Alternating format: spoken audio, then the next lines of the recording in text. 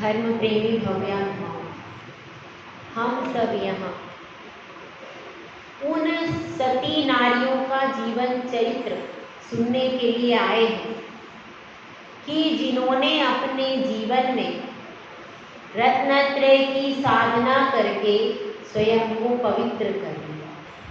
सती उसी को कहते हैं जो जब श्रावक धर्म का पालन करती है, शील का पालन करती है तो वह उत्कृष्टता से करती है और उसके बाद दीक्षा लेकर आर्यिका बनकर रत्नत्रय की कठिन साधना को भी करती है। तो ऐसी सतियों का इतिहास हम सब जान रहे हैं। किसका इतिहास है भाई? किसका है? हमारा सच्चा इतिहास है ये। वह जो हम भारत देश का पढ़ते हैं, मुगलों का पढ़ते हैं, वो तो सब क्या है? लौकिक इतिहास है।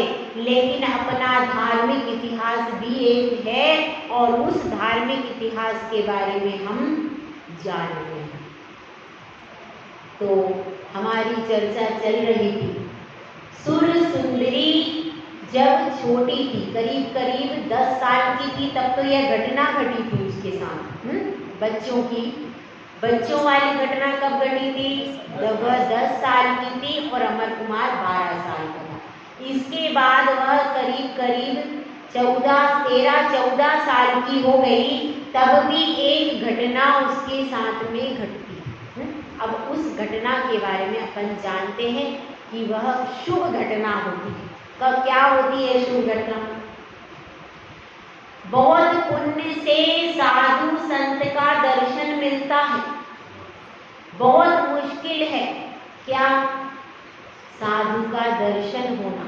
एक आर्यिका का भी दर्शन होना बहुत ज्यादा दुर्लभ है कि नहीं? दुर्लभ, दुर्लभ। तो इस तरह से एक दिन माता रति सुंदरी को पता चलता है कि हमारी चंपापुरी नगरी में आर्यिका माता जी का संग आया है। जब उन्हें पता चलता है तो वह जाने के लिए तैयार होती है और जब बच्चा छोटा होता है तो क्या करता है? वह माता से जरूर पूछता है। जब माता बाहर जाती है तो बच्चा जरूर पूछता है और साथ में आने के लिए जिद करता है कि नहीं? कब? जब वह छोटा होता है। और जब वह बड़ा हो जाता है, उसका विवाह आदि हो जाता है, तो वह सोचता है कि माता जल्दी से घर से बाहर चली जाए। कितना अंतर होता है। बच्चा वही है, लेकिन जब छोटा होता है तो माँ का आंचल पकड़ करके खींचता है कि माता तुम मुझे लेकर के जाओ। और जब बड़ा हो जाता है, विवाह हो जाता है, तो वह सोचता है कि माता जी तीर्थ यात्रा पर ही चली जाएं तो हम शांति से ऐसी सोच में अंतर आ जाता है। तो वह छोटी सी सुरसुंदरी थी, कितने साल की? 12-13 साल की। और जब उसने देखा कि माता जी तैयार हो रही हैं, रानी माँ तैयार हो रही हैं, तो उसने पूछा, माता जी आप कहाँ जा रही हो? हम भी चलेंगे। तो क्या कहती है रानी माँ? कहती है कि हाँ बेटा, तुमको भी चलना चाहिए। नगर में आर्यिका माता जी आई हैं तो मैं उनके पास दर्शन के लिए जा रही हूँ और अगर तुम चलोगी तो तुम्हारा भी ज्ञान बढ़ेगा, तुम्हारे भी शील में निखार आएगा, इसलिए तुम भी वहां पर चलो। ऐसी बात सुनती है तो वह तो पहले ही जाने को तैयार थी और वह अपनी माता के साथ में आर्यिका माता जी के दर्शन करने के लिए जाती है। जब वह आर्यिका माता जी के पास में जाती है तो कैसे करते हैं?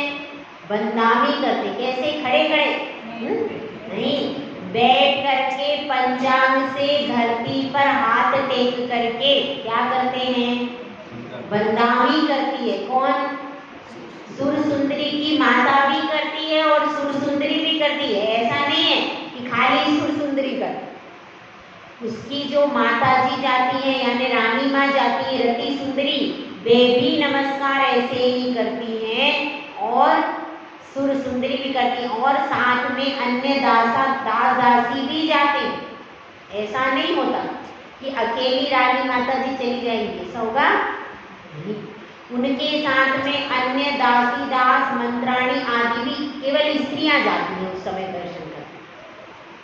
तो जितनी भी परिकर की स्त्रियां थी वे भी रानी माता जी के पीछे पीछे जाती हैं और सब रानी माँ के पास वहां पर दर्शन करते हैं। सब इसी प्रकार से नमोस्तु वंदामि करते हैं।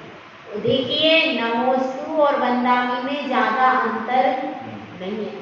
यह तो फिक्स कर दिया गया है कि साधु को नमोस्तु किया जाता है, आरिका माता जी को वंदामि किया जाता है और क्षुल्लक जी को। यह एक प्रकार से शब्दों को फिक्स कर दिया गया। वास्तव में तो हम जिनेंद्र भगवान को भी वंदामि कहते हैं। कब कहते हैं? क्या कहते हैं? अंचेमी, पूजेमी, वंदामि, नमस्कामी कहते हैं। किसको कहते हैं? जिनेंद्र भगवान को वंदामि कहते हैं। वंदामि का इतना ही अर्थ है मैं वंदना करता, बस इसके अलावा और कोई अर्थ नहीं। तो हमने रूढ़ी अर्थ कर लिया है कि भाई फिक्स कर दो, क्योंकि लोग जानते नहीं है, कभी कुछ बोलते कभी कुछ बोलते, तो एक शब्द को ला करके फिक्स कर दो। यहाँ भाई आचार्य परमेश्वरी को साधुओं को नमोस्तु यानी नमस्कार हो। वंदामि का अर्थ भी वही है, वंदना करता हूँ, वंदना करती हूँ यानी नमस्कार के ही अर्थ में है। लेकिन हमने उसको रूढ़ी बना लिया। इच्छामि घंटे हम जब प्रतिक्रमण करते हैं तो उसमें आता है इच्छामि घंटे। इच्छामि घंटे मतलब हे प्रभु मैं इच्छा करता हूँ, या इमं निगद्धम पौराणम अनुत्तरम केवलियम, यह निर्ग्रंथ पद जो कि अनुत्तर है, केवली प्रणीत धर्म है, इस धर्म की इस पद की मैं इच्छा करता हूँ। यह क्या हुआ? इच्छामि मैं इच्छा करता हूँ। किसकी इच्छा करते हैं? निर्ग्रंथ पद की इच्छा करते हैं और क्षुल्लक जी को इच्छामि करते। इसका मतलब क्या है कि हम भी 11 प्रतिमाधारी बने, ऐसी भावना भाते कि नहीं? उसके लिए कहते इच्छामि की यह आपने तो अपने श्रावक धर्म की उत्कृष्ट साधना को कर लिया, हम भी श्रावक धर्म की उत्कृष्ट साधना को करें। इस भावना के साथ इच्छामि किया जाता है। समझ में आएगा? वास्तव में इन तीनों का अर्थ एक ही है, लेकिन शब्द बदल करके फिक्स कर दिया गया है। इसलिए आप अलग अलग शब्द बोलते हो, लेकिन अगर नमोस्तु भी कर दिया जाए माता जी को या क्षुल्लक जी को तो कोई दोष। नमः धन अस्तु यह संधि विच्छेद करके आता है। इसका मतलब क्योंकि आ का ओ हो गया है विसर्ग के कारण, विसर्ग का ओ हो जाता है विसर्ग संधि के कारण, तो नमः धन ओ यानी नमोस्तु, नमः हो आपको नमस्कार, इतना ही अर्थ है। तो इसलिए जब हम शब्दों के भावार्थ को अर्थ को नहीं समझते तो विवाद की स्थिति बन जाती। तो इसको अपने को समझना कि यदि हमने प्रणाम भी कह दिया तो क्या अर्थ है? एक ही बात, एक ही बात है, उसमें कोई विवाद की वस्तु। तो अब अपनी चर्चा चल रही है, वहां पर आरिका माता जी को उसने वंदामि कहा और वंदामि करके सब बैठ गए। तो आरिका माता जी ने उपदेश दिया। जब इतने सब लोग नगर के दर्शन के लिए आए तो क्या कर्तव्य होता है कि आरिका माता जी चाहती थी सबका कल्याण हो, सबकी धर्म वृद्धि हो। तो वहां पर रानी माँ ने जाकर निवेदन किया कि हे आरिका माता जी, हम सब यहाँ पर आए हैं और आप कुछ ऐसा धर्म का उपदेश दीजिए जिससे हमारे जीवन में पापों से मुक्ति की राह मिले। तो वहाँ पर जो आरिका माता जी थी, जो गणिनी माता जी थी, उन्होंने उपदेश दिया। क्या उपदेश दिया, इसको सुनिए। हे भव्य जीवों, संसार में शील ही सर्वोत्तम है और शील ही अमूल्य रत्न है। जो स्त्रियां शील धर्म का पालन करती हैं, उनका जीवन बिना श्रृंगार के ही श्रृंगारित है। शील सबसे बड़ा धन है, शील सबसे बड़ा रत्न है। तो अब उनमें से एक स्त्री पूछती है कि हे माता जी, कृपया करके हमें बताइए कि शील क्या होता है और इसका पालन कैसे किया जाता है। तो आरिका माता जी बताती हैं, क्या कहती हैं कि देखो, यह शील हमारा स्वभाव है। कैसे कि शील का अर्थ है प्रकृति।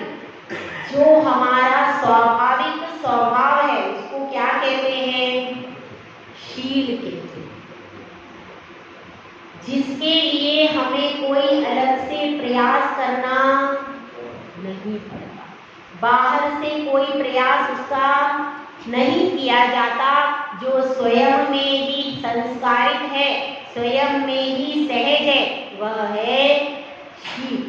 और जिसके लिए हमें बाहर से कुछ अवलंबन लेना पड़ता है, प्रयास करना पड़ता है, वह क्या है, वह है खुशी। समझ में आएगा? इसलिए हमको जब तक हमारी कुमारी अवस्था है तब तक के लिए हर प्रकार से ब्रह्मचर्य का पालन करना चाहिए। अपने मन को शिक्षा के अलावा और कहीं पर भी लगाना नहीं चाहिए। इसको क्या कहते हैं, शील व्रत।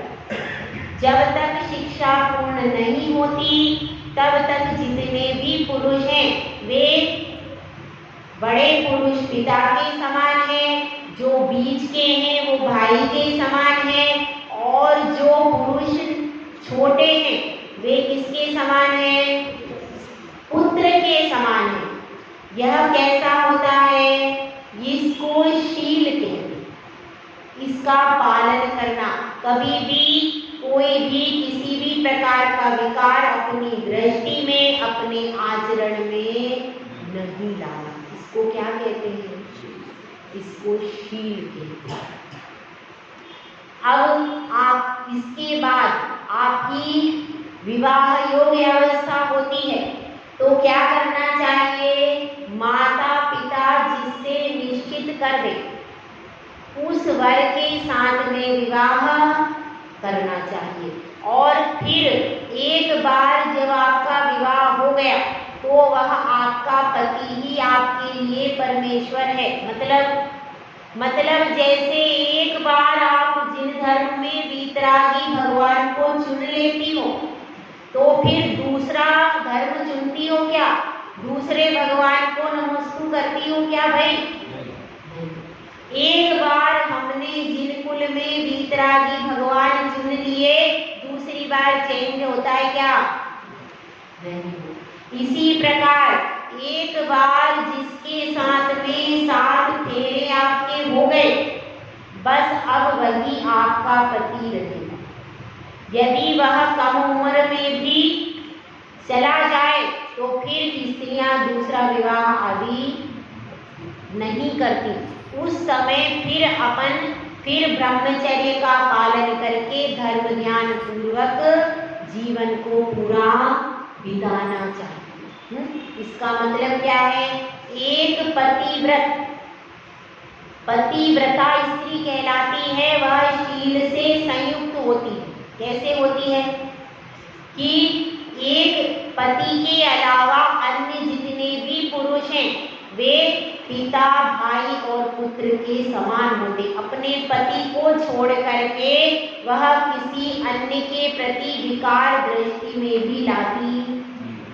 उस नारी को पतिव्रता स्त्री कहते हैं और वह शीलवंती नारी कहलाती है। इसका मतलब क्या होता है? शील, इसको शील कहते हैं। तो इस शील का पालन करना चाहिए, ऐसा उपदेश कालिका माता जी ने सब स्त्रियों को दिया। तो अब उनमें एक स्त्री पूछती है, शील का पालन करने से हमें क्या मिलता है? आपने बता दिया पालन करना चाहिए, पालन करना चाहिए। यदि हम शील का पालन करते हैं तो हमें क्या मिलता है? तो कालिका माता जी बताती हैं कि शील का पालन करने से सब कुछ मिलता है। जो भी आपको सुख है, संसार में रहते हैं तो सारे पंचेंद्रिय के विषय सुख सुलभ हो जाते हैं, क्योंकि जो स्त्री शीलवती होती है उससे हर कोई विवाह करना चाहता है। शीलवती स्त्री को बहुत सारे वर मिल जाते हैं, अच्छे अच्छे वर मिलते हैं। क्यों? क्योंकि उसके पास शील रूपी रत्न है। उस शील रूपी रत्न के कारण उसको योग्य से योग्य वर की प्राप्ति हो जाती है। दूसरी चीज, इस भाव में भी वह समाज में भी सम्मान का जीवन जीती। कैसा जीवन?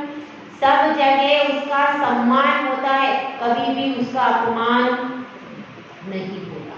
दूसरी चीज यह है कि जो शील से सहित रहती है वह पूरे जीवन भर किसका पालन करती है? एक पतिव्रत का पालन करती है और विवाह के पूर्व ब्रह्मचर्य का पालन करती है।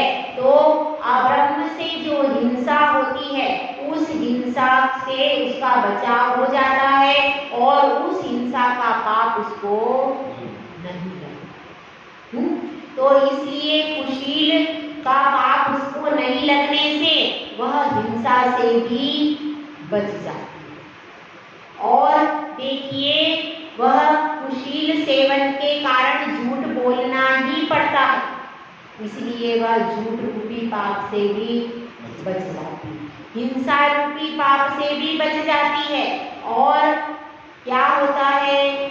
चोरी से भी बच जाती है, क्योंकि जब भी यह काम किए जाते हैं तो छुप करके ही किए जाते हैं। तो माता पिता आदि से चोरी से कार्य किए जाते हैं, इसलिए वह 5 पापों से बच जाता है। तो 5 पापों से जो उसको दोष लगता, जो कर्म बंध होता, उन सारे कर्म बंध से वह मुक्त हो जाता है।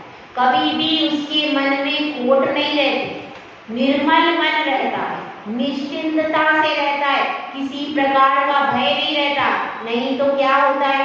डर लगता है, कहीं पता नहीं चल जाए, कहीं पड़ोसी नहीं बता दे, कहीं सहेली नहीं बता दे, कहीं कोई नहीं बता दे, किसी ने देखा तो नहीं। ऐसा सब भय अंदर अंदर, भले ही बाहर से वह कितना ही लीप पोत के आ जाए, लेकिन अंदर अंदर उसको शरीर सी बनी रहती है। वह कभी भी निश्चिंत होकर के कोई कार्य कर नहीं पाता। कौन? जो कि शील व्रत का पालन नहीं करता। तो इस भाव में भी उसको सुख की प्राप्ति नहीं होती। और बताएं, जो ऐसा पार करते उनका शरीर क्या होता है? क्योंकि शरीर की सारी शक्ति शील व्रत का पालन करने से ही रहती है। अतः जो शील व्रत का पालन नहीं करते उनकी सारी शक्ति धीरे धीरे समाप्त हो जाती है। और वह शक्ति समाप्त होने से शक्ति भी समाप्त हो जाती है, सौंदर्य भी समाप्त हो जाता है, शरीर की कांति भी घट जाती है और वह व्यक्ति बिल्कुल कमजोर हो जाता है। ऊपर से वह कितनी ही दवाइयां खा ले, लेकिन जो शक्ति उसके स्वाभाविक शील के पालन में है वह शक्ति बाहर से कभी भी आती नहीं। तो ऐसा यह बहुमूल्य शील रूपी रत्न है। इस रत्न का हमेशा रक्षण करना और हमेशा शील का पालन करना, तो सब स्त्रियां वहां पर नियम लेती, क्या नियम लेती हैं कि हम सप्त व्यसन का त्याग करेंगे, और क्या करेंगे, 5 अणुव्रत के नियम लेती हैं और शील का पालन करेंगे। ऐसी सब स्त्रियां वहां पर कालिका माता जी के पास में जाकर के नियम लेती हैं। तो यह छोटी थी, तो रति सुंदरी कहती है कि बेटी तुम कोई छोटा सा नियम ले लो, तुम अभी बहुत छोटी बालिका हो, तुमको तो कुछ पता ही नहीं है। तो क्या कहती है सुर सुंदरी, नहीं माता श्री, मैं तो वही नियम लूंगी जो सबने लिया है, तो मैं भी यही नियम लूंगी। तो वह भी कहती है कालिका माता जी, मैं भी आज से शील का पालन करूंगी, और वह भी नियम लेकर के अपने राजमहल में आ जाते हैं। टाइम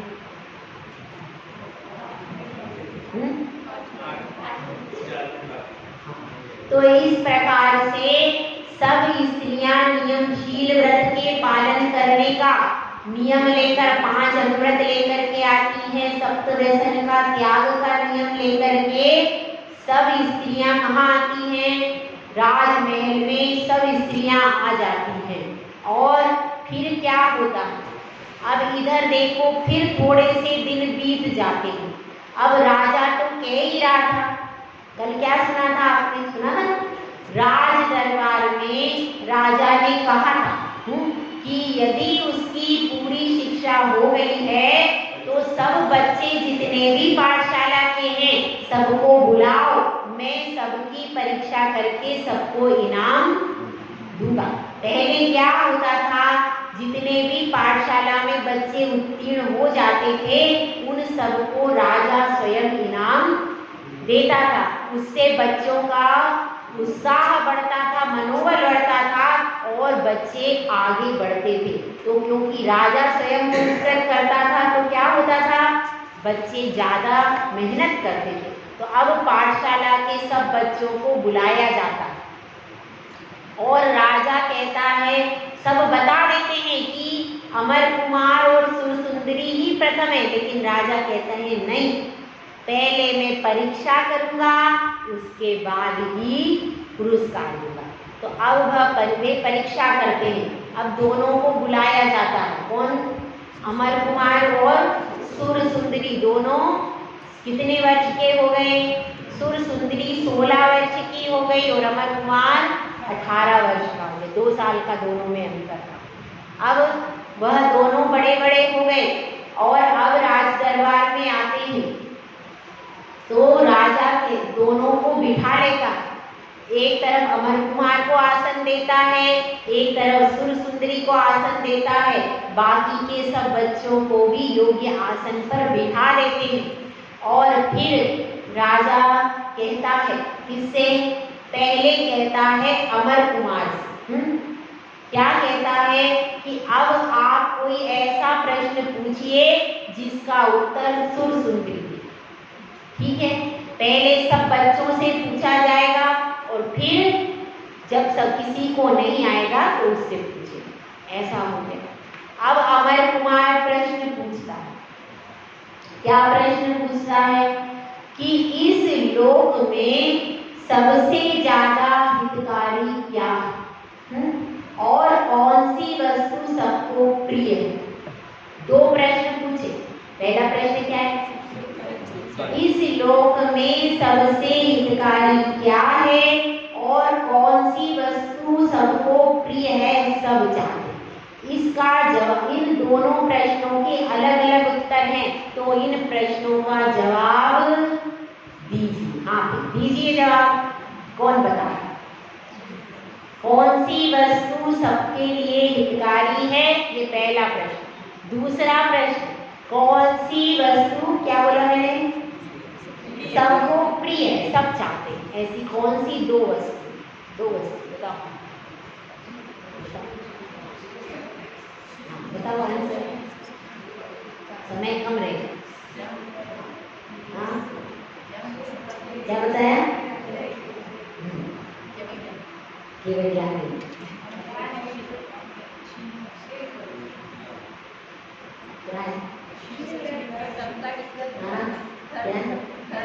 सबका हितकर धर्म है, यही आंसर। इस लोक में सबका हितकर धर्म है और प्रिय वस्तु जिसको सब चाहते हैं वो क्या है? हाँ, क्या है? क्या है? इतना सरल आंसर नहीं आ रहा, बहुत सरल है। क्या है बताओ? हैं? क्या क्या पुण्य नहीं, पुण्य सब नहीं चाहते, पुण्य को तो लोग जानते ही नहीं। बताओ सबसे प्रिय सब जिसको चाहते? सुख, सुख सब चाहते, सब सुख चाहते और कुछ भी चाहते नहीं है। तो यह आंसर अब जब ये आंसर कोई भी नहीं दे पाया, सब बच्चों से पूछा, कोई भी नहीं दे पाया, तो अंत में सुर सुंदरी से पूछा तो उसने सही आंसर दिया कि इस लोक में सबसे ज्यादा हितकारी धर्म है, और जिसको सब चाहते हैं वह है मोक्ष सुख, शाश्वत सुख। क्या है? शाश्वत सुख ऐसा है जिसको सब चाहते हैं पर प्राप्त करने का पुरुषार्थ। तो शाश्वत सुख कौन सा है? मोक्ष। मोक्ष में ही शाश्वत सुख मिलता है और कहीं भी नहीं मिलता। ठीक है, अब ये तो प्रश्न हुआ। अब एक दूसरा प्रश्न, अब राजा ने कहा ठीक है यह प्रश्न तो हो गया, लेकिन अब क्या करना चाहिए? अब परीक्षा किसकी हो गई? सुर सुंदरी की तो परीक्षा हो गई, लेकिन अब अमर कुमार की भी परीक्षा की जाए। तो अब एक प्रश्न सुर सुंदरी पूछे, पहले सब बच्चों से, फिर अमर कुमार से, और पता चले कि अमर कुमार ने कितना विद्यार्थी किया। अब प्रश्न पूछती है सुर सुंदरी, इस जगत में जहर क्या है और अमृत क्या? ये प्रश्न, ठीक है। और एक प्रश्न पूछती है, क्या प्रश्न पूछती है? इस जगत में शत्रु क्या है और मित्र कौन है? ठीक है, समझ में आ गया? दोनों प्रश्न अच्छे से सुन लो। इस संसार में शत्रु कौन है और मित्र कौन है, और इस जगत में अमृत क्या है और जहर, ये दोनों प्रश्न उसने पूछ लिए। अब आप सबको ये सब प्रश्न दोनों घर से सोच के लाना भी है।